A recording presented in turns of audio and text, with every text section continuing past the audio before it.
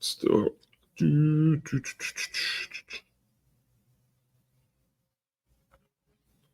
What's going on? What's going on? What's going on, everyone? Let's get this thing going. You know how we roll here. Mic check, mic check, mic check, mic check. What's going on? What's going on? What's going on, everyone? Get this thing going. You know how. Facebook, obviously, we're good. You guys are hearing. It's because I'm doing it, and I'm just making sure people are hearing it from my phone. So that way I don't run into the issue that I've had in the past where I do a whole show and don't realize till the end of it that it didn't record. The sound was off. Don't realize. All right, let's go. Let's go. You see the topic out here. Back for another Win-Trapreneur Wednesday. Win-Trapreneur Wednesday. You see what we doing. You see what we talking about. You already know what it's all about here. If it's your first time tuning in, let me just introduce myself to any newcomers, anybody that's new to the Move Swiftly world, new to this channel, new to what I'm all about.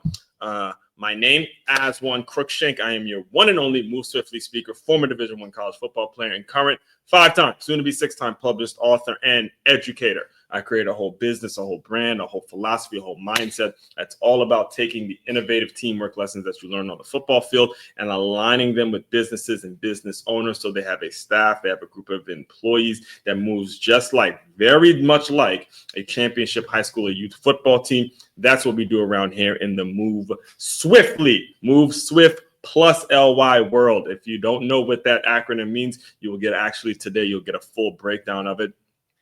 One of the facets of my business is every single Wednesday we do this thing called Win-Trapreneur Wednesday. I'll be explaining what the concept is in a moment here, but just know it's what the title of book number 6 is going to be all about. It's about taking that mentality, the mentality that you have as an entrepreneur, and aligning it with the mentality of having a job or having a vision, having a job that has a similar vision as your entrepreneur vision, as your entrepreneurial mentality. So at times I just talk about my experience as being a Win-Trapreneur, or there have been times where I feature other people, feature other coaches that I've had, feature other folks that have had Win-Trapreneur values that have input on me or have had a profound effect on my life and what I'm all about. Today, we're talking about my favorite coach that I've ever played for. His name is Coach Bryant Davis. Coach Bryant Davis, who, as we're discussing this theme, all week, we've been discussing this theme of Black fatigue and what Black fatigue is doing, and this whole concept of race and using race as a way of making an excuse, and using race as an excuse of being lazy and staying in the comfort zone and all that. So now on this side of the week, we're going to talk about a solution. We're going to talk about a solution to this problem, this epidemic, this issue that we see. And one of the things that I learned from Coach Bryant, and then I'll get into the story a little later, I'm just kind of giving you a preview now, is Coach Bryant was all about raising men and teaching us as young men, hey, we are not victims, especially as young Black boys. We are not victims. We are not people that are, just have a bad angle in life. I mean, he would always tell us, man, I remember some speeches after games, he would be talking after the few times that we would actually lose a game. He would talk about how, there's kids waking up with AK-47s and things like that. Just, he would remind us on a daily basis how blessed we were to be young kids in the situation that we were in, where we're playing football and, we're out here enjoying, we're around family, we're around friends, and we're doing things that are conducive and productive to the community. So we're going to dive into all of that today as we talk about how we need to be solving this problem, right? We need to be solving this problem as leaders. We need to be solving this problem as business owners. We need to be solving the problem when it comes to how we go about managing the fact that Black fatigue is here, and Black fatigue, like I said, is not going anywhere. It's here to stay, because it's a mentality that has nothing to do at all with you being Black. It has everything to do with your ass just being lazy. All right. So before we get into all of that, let me get through some announcements here. Real quick announcements. First and foremost, if you have not yet, business owners, who I'm here to serve. I'm here to serve you all, here to, teach you guys how to make it so that staff, that group of employees is walking in and they are getting better every single day. I need you to go do free guide. This is a free guide. It's a free opportunity I'm giving you right now. freeguide.makeyourmove.com. I created a 10-step process that you can be utilizing right now that'll make it so your business or the people that are in your staff, the working business, is moving in a way that is conducive and it is cohesive. All right. freeguide.makeyourmove.com. It's a simple, very, very simple equation. It's establishing measurables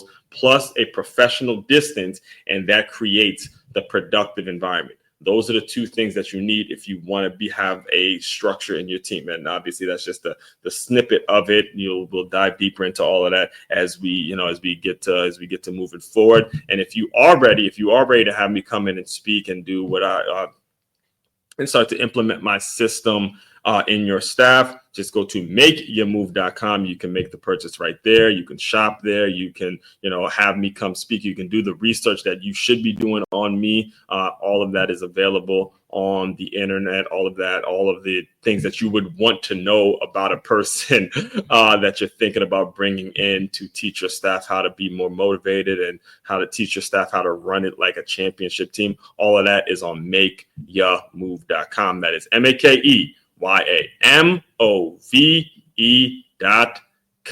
All right, let's get to Coach Bryant. Let's get to the article, man. All right.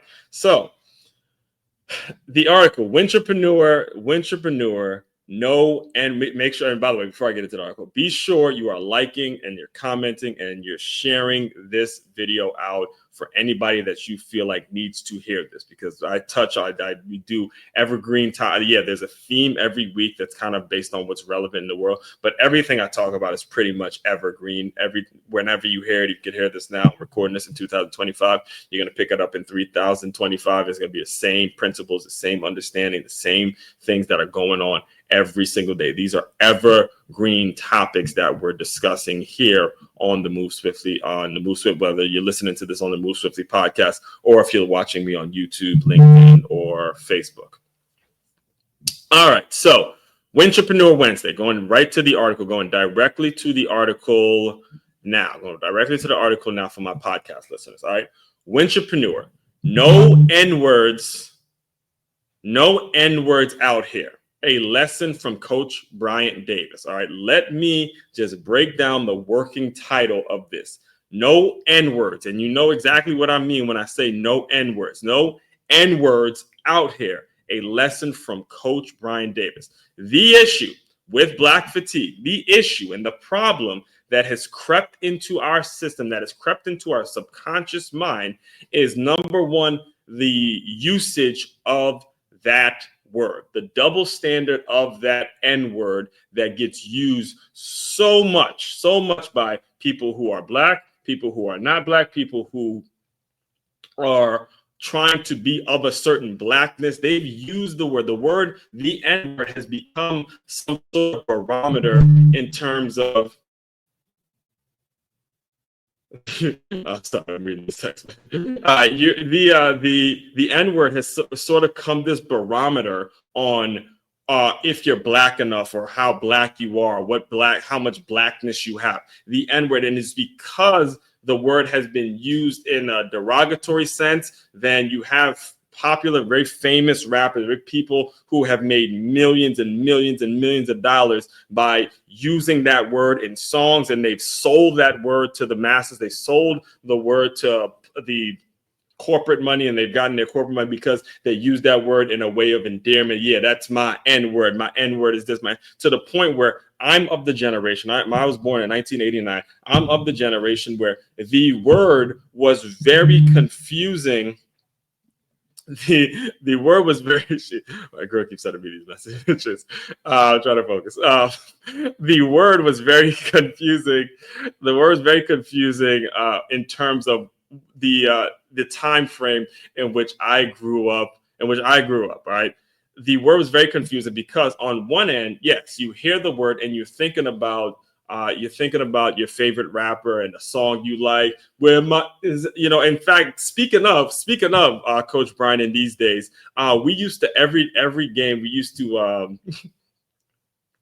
didn't even plan on telling this story. It might take me off topic, but we used to listen a lot to this rapper named DMX. All right, it's like y'all my N-words, y'all my N-words. Where my is that right? And so we used to listen to his song, jam to his song. In fact, it was the song what's the name of it? Drag on, do my bust they guns. Hell yeah, we bust our guns. Do we tell it?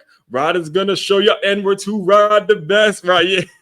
We used to be bumping. We used to be bumping that DMX. We used to be doing all of that, right? So you have the rappers who are, listen, I ain't going to tell nobody not to make their money. However they make their money, they going to make their money, right? So you have the rappers who are, using the word and they bob into it and everybody jamming to his album and all of that. And you had a coach like Coach Bryant who would be telling us, who would, give us the perspective and say, okay, that's how that man making his money, but I'm teaching you guys, we're not using the N-word out here when we're on the football field. We're not going to be using that word. We're not going to be just frivolously using that word and just saying it to anyone and all that kind of stuff. That's not what we're about when we're out here on the football field. All right. That was the difference between, and that's how we can begin to start to solve the problem of Black fatigue, is we got to understand the usage of not just the N-word, but just the usage of the way we're perceived, the usage of how we're thought of, the usage of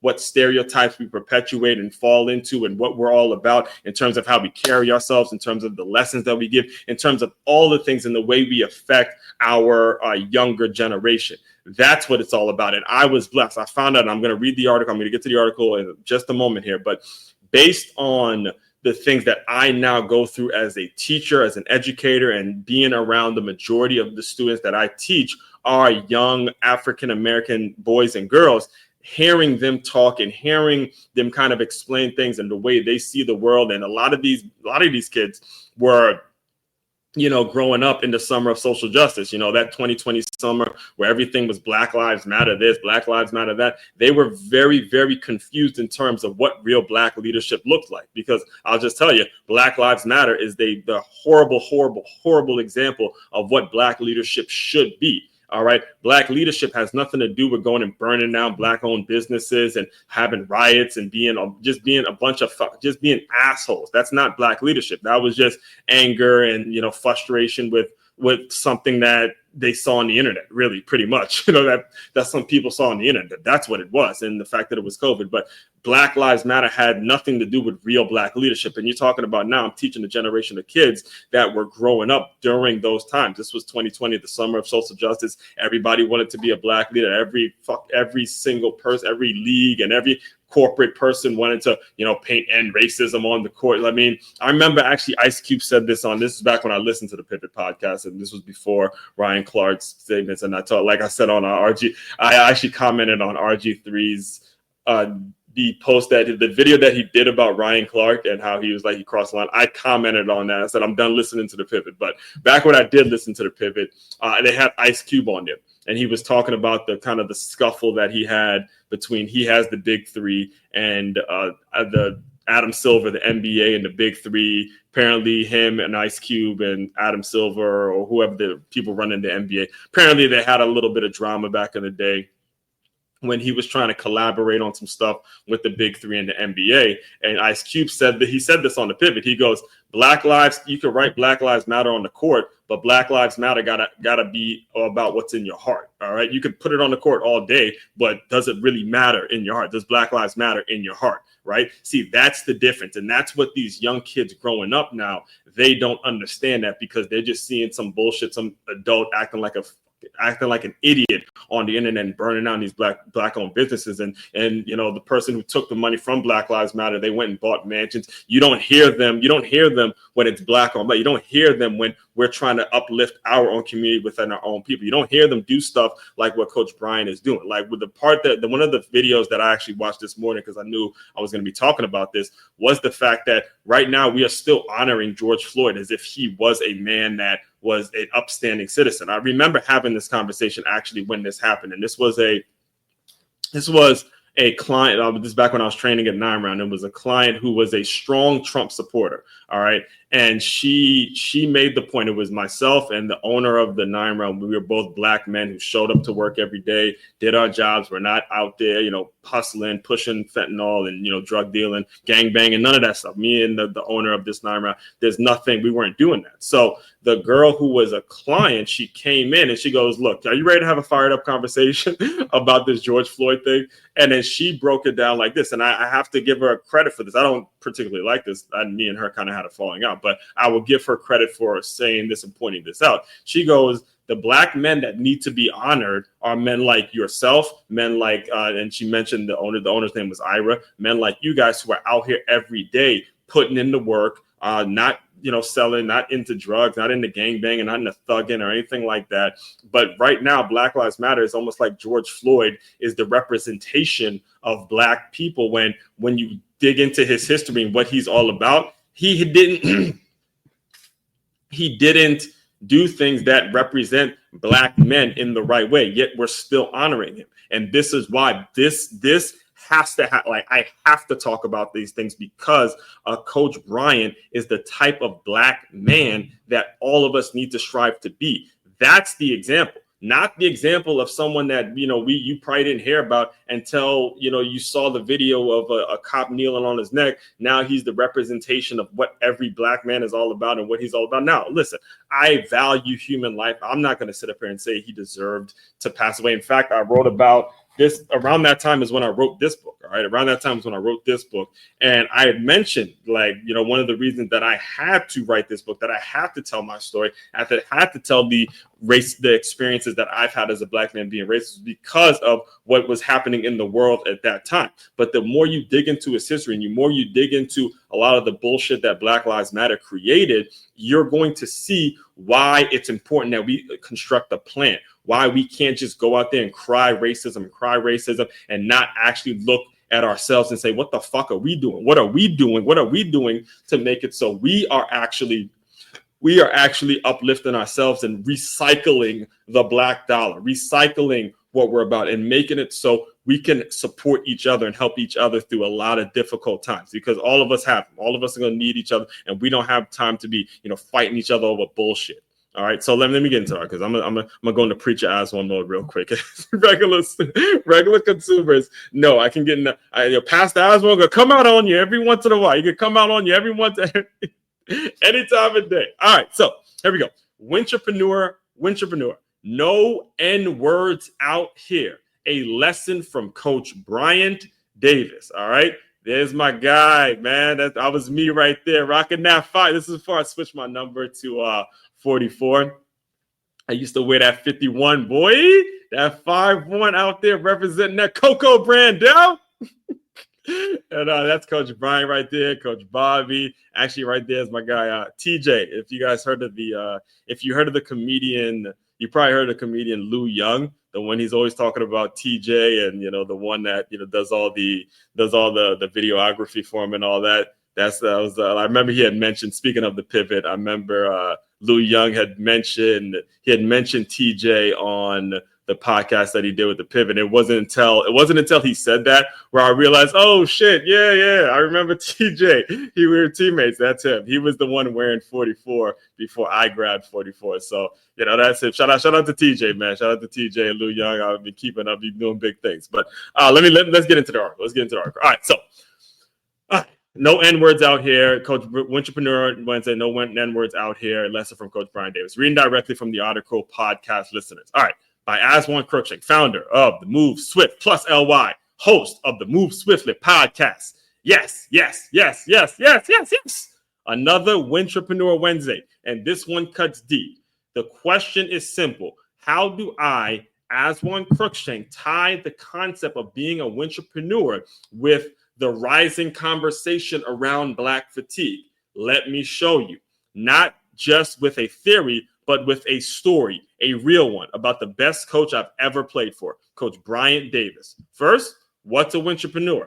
A Win-Trapreneur is someone who has a strong entrepreneurial vision for their life and has been fortunate enough to land a job that aligns with that vision. something that pays every 2 weeks while still fueling your mission. That's what a Win-Trapreneur is, folks. All right. If you have a strong entrepreneurial vision about what you want to do, and when I say strong, I mean someone's actually giving you money for something that came out of your own head, then you have a strong entrepreneurial vision. All right. Hear me. That makes you an entrepreneur right there. Going from something in your head to it got created and then somebody paid you. It could be a fucking dollar. It could be a 25 cents for something that came out of your own head. If you're getting paid for something that came out of your own head, you're an entrepreneur. Lean into that. Lean into it. Lean into it. Lean into it. You will get respect. I don't give a shit how much money you got. Like I said, it could be $2, $3, whatever it is. As long as someone is paying you for something coming out of your own head,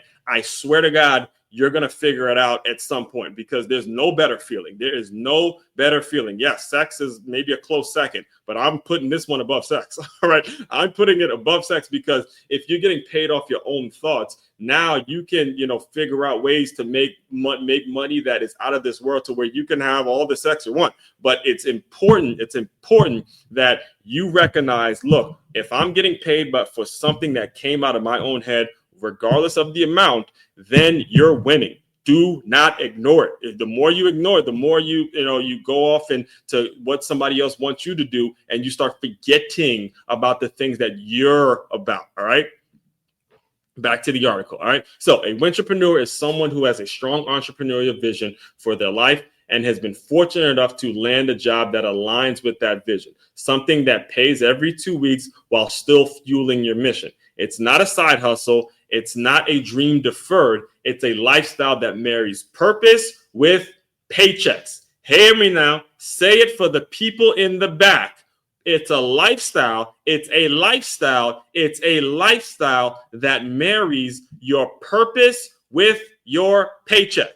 Your purpose, your paycheck. Your purpose, your paycheck. Your purpose, your paycheck. Your purpose, your paycheck. Your purpose, your paycheck. Your purpose, your purpose, your purpose. Your paycheck, your paycheck, your paycheck. Did I say it enough? Your purpose isn't some Gucci Fendi bag. Your purpose isn't you in the club buying bottles every week. Every time you get your check, you spending it all on Jordans and stuff. Your purpose. What is that shit, man? Your purpose with your paycheck. That's what it's all about. All right. So, and I am one. Again, back to the article. Again, let me get a sip of water, because I'm getting fired up.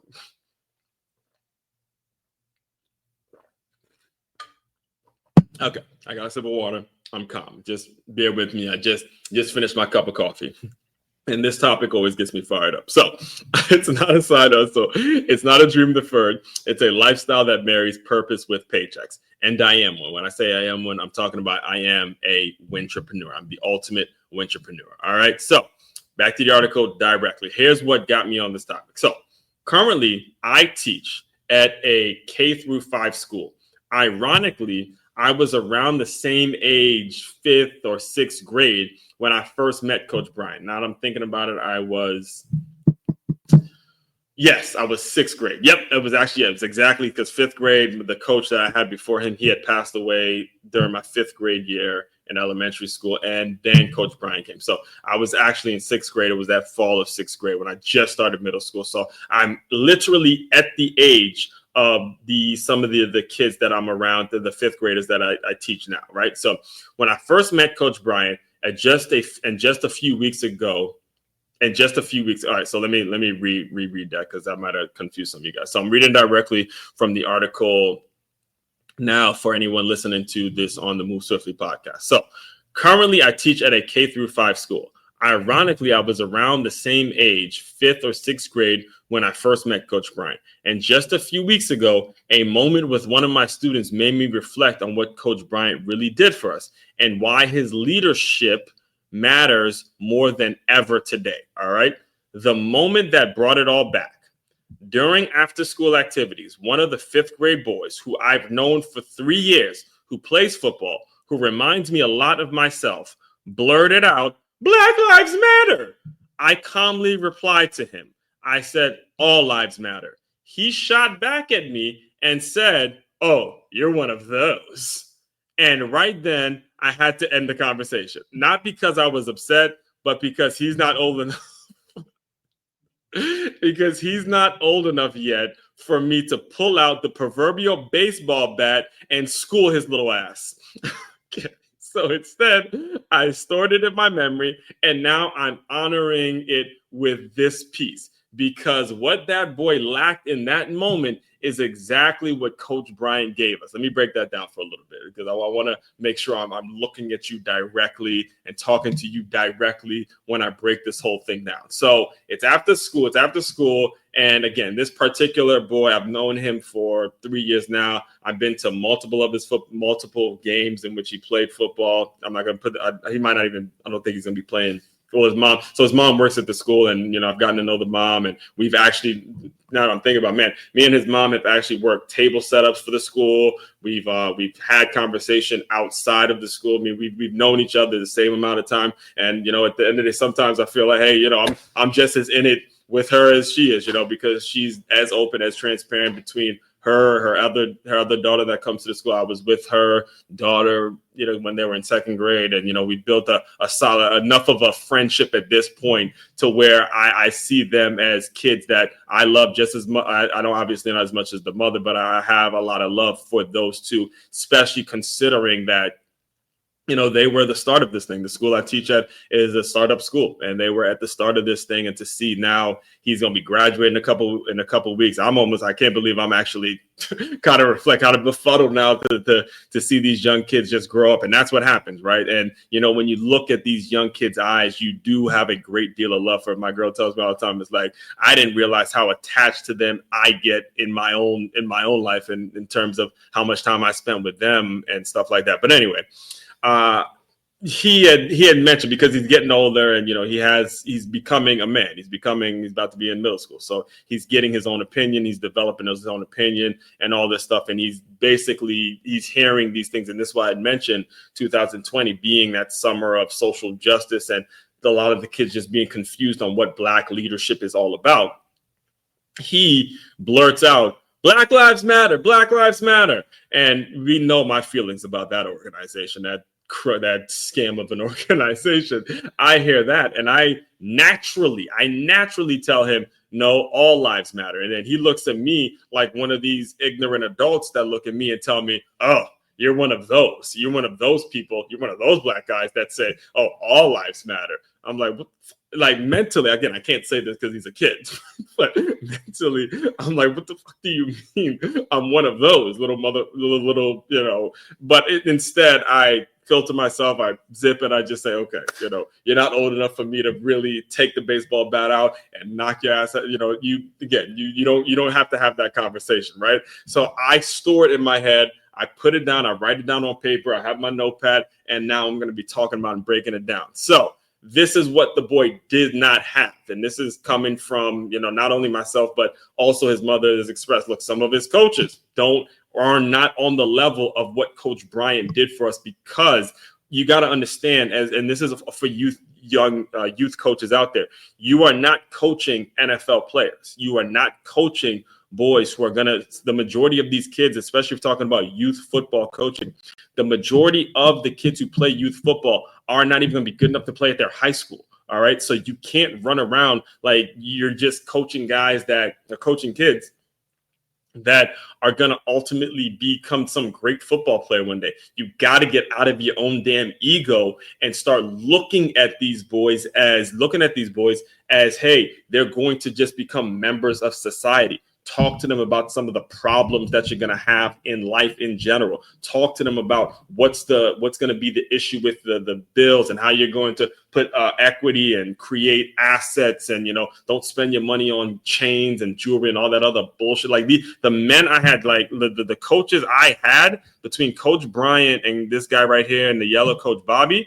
Listen, they used to have these conversations. I mean, we would spend nights at Coach Bobby's house at times, and I'll never forget those car rides where Coach Bobby would be telling us, man, when you go to college, don't spend your time on a bunch of basket weaving classes and a bunch of bullshit, man. Take some shit that's going to benefit your life. Take some business courses, man. Use football as a fucking opportunity to get yourself together, to get yourself a quality education, to make it so you actually do something productive with your life. Okay. Don't go out and be one of these people that you see on TV, these rappers, these famous athletes, and blow your money on Ferraris and Maseratis, just stupid shit. All right.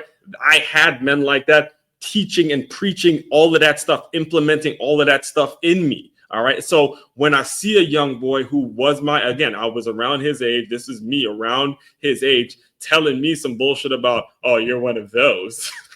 You're one of those. It's moments like that where it hits me. And I say, oh man, I owe Coach Bryant a lot. I owe the Coach Bryants of the world a lot because of what they instilled in the mindset that I have.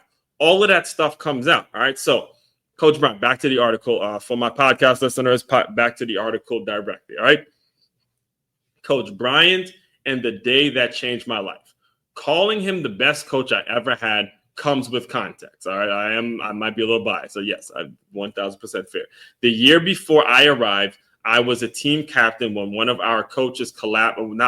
Actually, it was our head coach. Our head coach, I get emotional every time I think about it, but I was a team captain when one of our coaches collapsed and died of a heart attack on the field. I'm gonna say real quick so I don't get thrown off. So to this day, every time I say it out loud or write it, chills run down my spine. So again, I put it there, but I'm gonna say it quick so I don't get off task there. So then came Coach Bryant. So after that happened, Coach Bryant, and with him a foundation that would shape everything I stand for today. So when Coach Bryant first got to coaching us, he introduced us to an acronym, WATER, W-A.T.E.R. All right. Work ethic, attitude, teamwork, enthusiasm, and respect. That is exactly the way we broke down huddles, the way we broke it down at the end of every practice, the way we broke everything down. WATER, 1, 2, 3, WATER, work ethic, attitude, teamwork, enthusiasm, and respect. That was the very first thing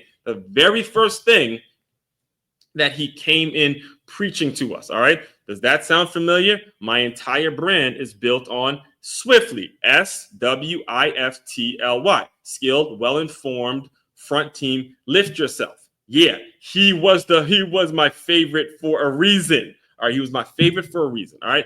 But the moment I'll never forget, it wasn't a play. It wasn't a win. It wasn't a weight we lifted. It was a speech. All right. We were wrapping up a long practice. Coach gathered us and said, hey, listen, there are no niggas out here. There's no N words. Again, I'm not, because I don't know if I might get demonetized if I say the word. So I'm going to use the word N word, right? He goes, there's no N words out here. It stopped us. I'll actually, you know what? Let me give you the full context. I got to give you the full context because we're all on a knee. We're all on a knee, right? It's just like this. We're all on a knee and he's preaching. He's out here talking and he looks out. He goes, hey, there's no N words out here. We don't use the N words out here on the football field. We're not using that. We're not doing that out here. Listen to me, man. Listen to me. Okay. He made it a point to tell us that as young boys. And as you can see, it had a huge effect because this was the time in which we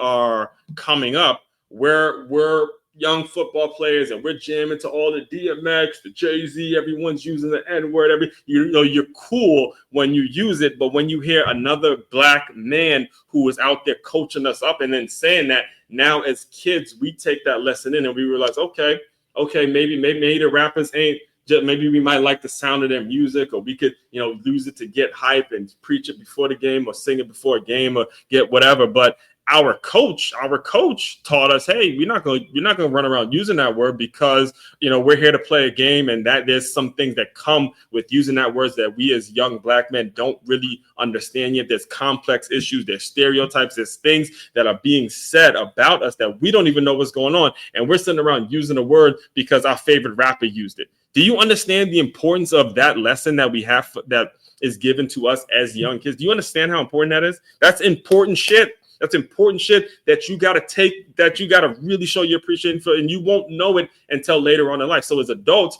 it's our job to make sure, right, We're doing what we got to do to protect the future and break these generational curses that we see every day. I cannot believe in 2025, we're sitting here still talking about Black fatigue, given all the opportunities that us as Black folks have paved the way for us. And we're honoring a George Floyd, let me not bring that part up. Well, I'm going to get off topic. All right. So I'm going back directly to the article right now. So it stopped us cold. We were young. Rappers were glorifying the word.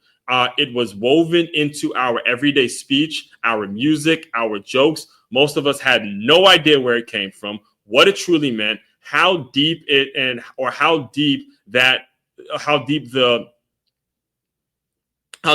wood ran. All right. How deep it would ran. All right. So, or how deep it was, how deep the wound, excuse me. All right. Let me read it because I'm getting fired up. All right. We were young. Rappers were glorifying the word. It was woven into our everyday speech, our music, our jokes. Most of us had no idea where it came from, what it truly meant, or how deep the wound, like wounded, ran, how deep it ran, how much the wound really hurt. When you hear people, when some people hear that N word, they're thinking of other Black men being lynched and, hanging from trees and being called that word. That wound, when you hear it, it can hurt some people. It can hurt your grandparents, your Black grandparents who may have known some people that were dealing with slavery, and they're hearing that word in a derogatory fashion, and someone's calling them the N word with that hard ER at the end, and it can hurt people when they hear any reminiscence of the word. And if we're using it as a way of glorifying and kind of making it so we're being we use it as a term of endearment and stuff like that, that can hit a different kind of wound. In fact, I'll never forget when Jay-Z, in fact, went on the Oprah show. Jay-Z went on the Oprah show, and they just agreed to disagree on how to use the word. Because, again, as Jay-Z, my favorite rapper, I listen to his music all the time, he said, look, now we use it as a word of endearment. Oprah, another thought leader, another two heavy honchos in the world of just Black leadership, celebrities, and all that kind of stuff. And Oprah's thinking, hey, I'm thinking of, Black people being hung by trees and being lynched and being whooped and being used that word. And you can hear it. You can see it on the show. They both just agreed to disagree. They both agreed to disagree. I remember actually watching that with my sister, and my sister was like, yeah, man, Jay-Z went on Oprah and disagreed, dog. Because my sister was the type that had, posters of rappers and Tupac and all of that stuff was in her room. Like, my room was filled with football, like pictures of football players on my wall. And then when you go to my sister's room, it was like all the rappers and stuff like that on her wall. And, she would be jamming to the albums and all that. That's just the way it was. Right. So, all right. So Coach Bryant, so how deep the wound ran. All right, I'm going back to the article now, guys. So, but I was in that. Actually, that brings me to, I'll close out the article and then I'll get to the question. So, but I was raised in a home where I was taught the history of that word and why it should never be normalized. And what Coach Bryant did that day, he wasn't just banning a word, he was planting a standard. He was teaching the R in water, respect, right? He was drawing the line between what society let slide and what we were going to demand from each other. He wasn't just coaching a football team. He was building a culture.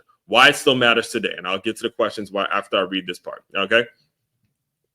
The same culture is what I try to bring into my classroom. But I'll be honest, it's hard. I work with a team of people I don't align with. Our worldviews clash. It shows up in staff meetings. It shows up in energy. And it shows up when a fifth grade boy calls me one of those. Okay. One of those for standing on values. So me saying all lives matter, not Black lives matter. A fifth grade boy tells me I'm one of those for standing on values. Do you see why it still matters today? You see why it still matters? Because with my worldview clashing with other folks' worldview, this ultimately affects the children. All right. But I wouldn't change a thing. All right. I'm going directly back to the article, guys, because I'm telling you directly. I wouldn't change a damn thing about it. That tension, it sharpens me. It brings me back to the football field, to Coach Bryant, to everything he instilled in us. I lean into it because comfort is not the goal. The opposite of fatigue is foundation. It's what we're calling Black fatigue in today's headlines. It's a symptom of a missing foundation. It's what happens when you grow up without someone like Coach Bryant telling you you are not an N-word, all right? You will show each other respect. You will work, lead, and raise and rise like men, all right? And when the guidance is gone, what fills the void? Excuses, entitlement, emotional manipulation, empty slogans with no strategy behind them. That's not growth. That's spiritual decay. Final word, Coach Bryant, thank you. Coach Bryant, if you're reading this, I love you. I thank you. Tearing up as I write this. You didn't just give us discipline. You gave us dignity. You didn't just coach us. You fathered us in moments when we needed a man to show us how it's done. Everything I do today, the business I'm building, the content I put out, the standard I hold my students to traces back to you. You showed me the power of clarity, the weight of words, and the importance of respect. You showed me what a Win-Trapreneur looks like before I had the word for it. And that's why the story had to be told. Period, point blank, end of sentence. Period. That was from the heart, because those were the moments. In moments like that, fifth grade boy, I just lose my coach to who passed away on the field. He shows up and is confident as ever and saying, this is how we're going to do things out here. That's what we got to show. You never know what you can be to a young boy. So you got to show up every single day, folks. Every single day. You know what? Let me get to the questions, because I'm gonna start moving. I'm gonna start moving out here. Let me get to the questions. I'm gonna get to the questions now. We got about 5 minutes. I like to keep these within 45 minutes. So I am working towards doing that. All right. Let's get to the questions here. All right. So how can so basically what I do when it comes to the questions, so you guys do know, I take the article and I put it in the ChatGPT, and I basically ask ChatGPT to generate 5 questions that a business owner who is struggling with turnover create those 5 questions. So it's me answering them on camera, so you guys can take this part of it, and you can use it for your own businesses. And you can, again, make sure you like and comment, subscribe. And this is an everyday thing we do around here. So first question is, how can I align my employees' roles with their personal visions to foster a sense of purpose and reduce turnover? All right. So you have to ask. You have to act. You do have an obligation as a business owner to make sure the profits are where they need to be, the money's coming in. But when you have people who are loyal, people that are showing up, you have to ask their personal vision for what they want their company to be. All right. So I'll give you an example. This is back when I first got to Florida. I worked at an Orange Theory Fitness. I was a sales associate for an Orange Theory Fitness. And I was asked by the person who was the hiring manager. He said, hey, is there anything that you would do if you see yourself growing when it comes to Orange Theory? And I was joking. I was joking, but not joking when I said, so my goal is actually to marry a professional cheerleader one day. They started laughing because they saw the connection between, the Orange Theory girls that actually come. I mean, not the Orange Theory, but the people who were former cheerleaders. They're coming in and they're teaching the Orange Theory class, and I'm selling the Orange Theory memberships, and I'm already on my mindset that this is how we're gonna get money and all that. So I say that kind of tongue in cheek, but not tongue in cheek. When you are in the position of hiring, you have to actually ask the person who you're hiring, what's your personal vision for your life? And let's see if we can establish a connection, because you doing that is going to make it so you all have a better relationship. Like me and shout out, it was actually Drew who hired me. I remember he was, me and him actually became really cool friends. He's not with the company anymore, but we became really cool during my time there, because that's how the interview was. And you asked that question. So that part of you have to ask is something that can get overlooked. All right. Question number 2. Am I providing mentorship and leadership that instills discipline and strong work ethic, similar to Coach Bryant Davis's approach? Only you can answer that. It depends on the culture and what you're selling, because providing mentorship and leadership is not being a simp. All right. Not just telling people when they're doing well. All right. Providing mentorship and leadership is really getting up in people's behinds when they're on some bullshit. All right. When they're on some bullshit, you got to tell them when they're on some bullshit with guts. You have to tell them that, because when the compliments come and the praise do come, it's not going to mean anything if you haven't cussed their behind out before, right? The thing is with Coach Bryant is there were times where he started dropping those 4-letter words and really get up in our behind. So when we got the compliments, when we got the, oh man, good play, great practice, it meant a lot. You didn't have to do a whole lot when you're providing strong mentorship and leadership, because when you get up in people's behind and then you give a compliment, okay, now that was real, because they don't just go around, because in your mind, that person doesn't just go around giving out compliments like that. All right. So next question, we're on question number 3 here, podcast listeners. What steps can I take to create a workplace culture that challenges negative stereotypes and promotes inclusivity? So if you can, depending on the company, I think using sponsorship, using the fact that there's companies that go and sponsor these teams, using the fact that you're sponsoring team without just giving money and putting a banner up. But the steps you can take is using that sponsorship dollars to really connect with the mission of the program. So like, for example, speaking of Orange Theory, one of the things that they did is they sponsored it was a softball tournament. I think it was like the opening day for a baseball game. They sponsored it, and I was there setting up the table and all that. What they could, and this is what I would have suggested that they did, or anybody does, is when you pay the money to be a sponsor for these teams, okay, establish a connection. Actually, one of the things I did follow up with, now that I'm thinking, because one of the members, he was part of the board for this particular baseball team or the committee or whatever. What you have to do now is figure out how you can incorporate what you are doing at Orange Theory with the mission of the baseball team, whether it's just giving all the parents a discount on membership, or having a trainer come out and do some things with the kids workout wise, or bring certain heart rate monitors to the kids when they're working out. Do things that are going to incorporate to make it more so go from sponsorship to partnership, because when you talk about workplace culture, when I talk about making sure your staff moves like a cohesive team, this is what starts happening. You can look at the major ones, the Nikes, the Under Armours, the Adidas. You see the same kind of principles, the same things that are coming up every day in that culture that leads to something that's cohesive and conducive to growth. All right.